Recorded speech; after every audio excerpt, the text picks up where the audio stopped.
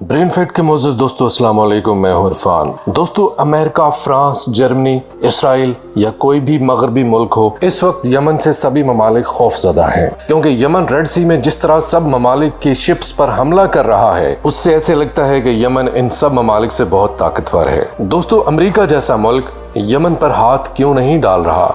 Yemen से क्यों खौफजदा है? क्या यमन की नेवी इतनी ताकतवर है कि अमेरिका जैसे मुल्क को भी टक्कर दे सकती है? यह सभी बताएंगे आपको आज के वीडियो में। दोस्तों, यमन ने इसराइल का खाना पानी बंद कर दिया है। जी हाँ, जिस तरह इसराइल ने गजा के लोगों पर नेवल ब्लॉकेड और लैंड ब्लॉकेड लगाकर उनका खाना पानी सब बंद कर दिया है, उस तरह तो नहीं, लेकिन काफी ज्यादा नुकसान यमन ने इसराइल का कर दिया है। ऑलरेडी उसने इंग्लैंड, नॉर्वे, यूनाइटेड स्टेट्स की नेवी, फ्रेंच नेवी सबको निशाना बनाया था और अब फिर इसराइल के बहुत से जहाजों को रास्ता बदलने पर भी मजबूर कर दिया है। यानी यमन, जो देखने में सबसे कमजोर मुस्लिम मुल्क लग रहा था, अब सबसे ताकतवर मुस्लिम मुल्क की तरह काम कर रहा है और अकेले ही इसराइल और उसके सपोर्टर्स अमेरिका, इंग्लैंड, फ्रांस जैसे ममालिक को टफ टाइम दे रहा है। दोस्तों, यमन को अमेरिका, इसराइल, फ्रांस ने धमकी भी दी थी और ऐसा करके उन्हें यकीन था कि वो डर जाएंगे और यमन ने भी उन्हें धमकी देते हुए कहा कि कोई भी शिप रेड सी से अगर गुजरेगा तो हमारे एरिया में आने से पहले रेडियो पर हमसे बात करके उसे बताना होगा कि वो कौन है। यानी इसराइल और उससे जुड़े शिप्स के वहां से निकलने पर बैन उन्होंने लगा दिया था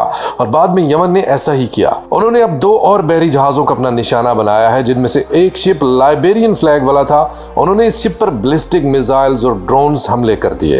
एक ड्रोन ने उस बहरी जहाज को हिट किया। इसे जर्मनी ऑन करती है। ड्रोन लगते ही शिप का एक कंटेनर गिर गया और उसमें आग भी लग गई। इस शिप का नाम अल जशरा था और उसे ऑन करती थी जर्मनी की हैप्रिग लाइट कंपनी, जो उसे मर्सिक शिपिंग कंपनी के अंदर चला रही थी। इस अटैक से एक दिन पहले ही मर्सिक कंपनी के जिब्राल्टर शिप पर भी यमन के हौतीज ने अटैक किया था, लेकिन ये बहुत मुश्किल से बचा था। इसीलिए फ्राइडे को कंपनी ने अनाउंस किया कि वो रेड सी में अपने सभी तरह के ऑपरेशन को फर्दर नोटिस तक रोक रहे हैं। यानी अब दुनिया की सबसे बड़ी शिपिंग कंपनी में से एक मर्सिक का कोई भी शिप फिलहाल रेड सी से नहीं गुजरेगा। मजबूरी में किए गए इस फैसले से इस यूरोपियन कंपनी को मिलियंस ऑफ डॉलर्स का नुकसान होने वाला है। दोस्तों, अगला हमला भी कल ही के दिन यमन ने एक और पोटेंशियली इसराइल से ताल्लुक रखने वाले शिप पर किया। उस वक्त 2 बैलिस्टिक मिसाइल्स दागे गए थे, जिनमें से एक शिप में जाकर लगा। इस शिप का नाम था MSC पेलिटियम। हमले के बाद शिप में आग लग गई, जिससे उसके अंदर मौजूद क्रू मेंबर्स को रेस्क्यू करने के लिए अमेरिकन नेवी ने अपने डिस्ट्रॉयर को उसके पास भेजा। इसराइल तक सामान ले जा रहे कई शिप्स को ऑलरेडी यमन में रास्ता बदलने पर भी मजबूर कर दिया है, जिससे वहां पर जा रहा हजारों मैट्रिक टन सामान, जिसमें फूड प्रोडक्ट से लेकर हर तरह के गुड्स शामिल हैं, वहां पर नहीं पहुंच पा रहे। इससे इसराइल को बहुत बड़े फाइनेंशियल नुकसान पहुंच रहा है। दोस्तों, ये जो हर दिन यमन 1 या 2 जहाज को निशाना बना रहा है, अगर रेड सी में America, Saudi Arabia, France, Britain और इसराइल की नेवी ना हो तो वहां से कोई भी जहाज आगे नहीं बढ़ पाएगा, क्योंकि इन ममालिक की नेवीज ने कंफर्म किया है कि हम हर दिन यमन के मिसाइल्स और ड्रोन्स को हवा में ही इंटरसेप्ट करते हैं। यानी यमन के हौतीज ने सिर्फ 1-2 बार नहीं, बल्कि बहुत से पोटेंशियली इसराइल से जुड़े जहाजों पर हर दिन हमला कर रहे हैं। लेकिन रेड सी में मौजूद इसराइल के सपोर्टर ममालिक की नेवी उसे सक्सेसफुल होने नहीं दे रही। उनके सिर्फ 1-2 मिसाइल ही अपने टारगेट को हिट कर पाते हैं। कल जब जर्मनी के शिप को यमन के हौतीज ने निशाना बनाया, तो जर्मनी की वजीर खारजा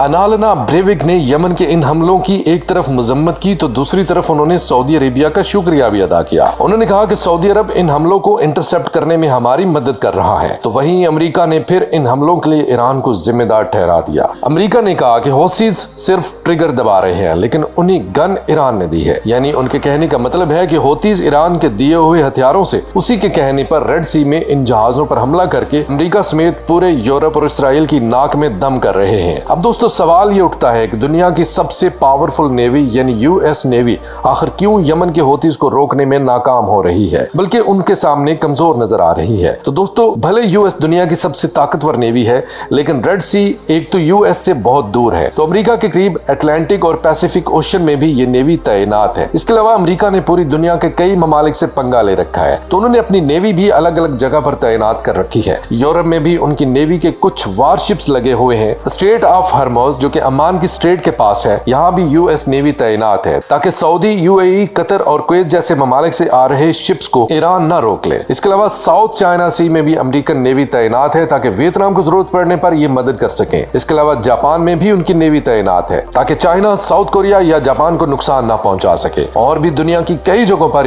यूएस नेवी तैनात है और छोटे छोटे ग्रुप्स में।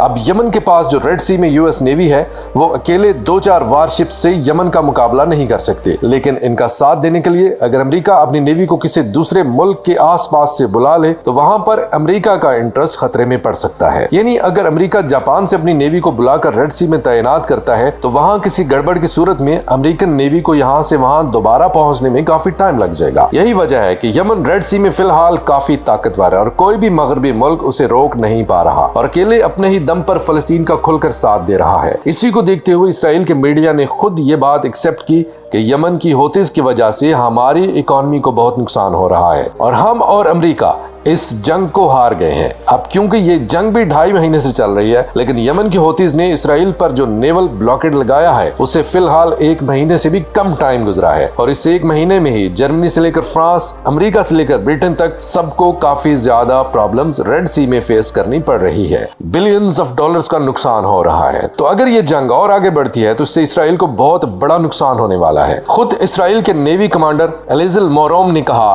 कि इसराइल पर यमन ने जो नेवल ब्लॉकेड लगा दिया है इसकी वजह से इसराइल का शिपिंग रूट रेड सी में कंप्लीटली बंद हो गया है। इसका असर पूरी इसराइल की इकोनॉमी पर पड़ने वाला है। जितने भी सामान वो इंपोर्ट करते हैं वो सब जल्द ही महंगे हो जाएंगे। ज्यादातर प्रोडक्ट जो हम बनाते हैं उनका रॉ मटेरियल मगरबी ममालिक से आता है, वो फिलहाल इसराइल नहीं पहुंच सकेगा। तो दोस्तों यमन समंदर में बहुत ताकतवर मुल्क बनकर उभरा है और काफी ज्यादा प्रॉब्लम्स इसराइल और अमेरिका के लिए क्रिएट किए हुए है।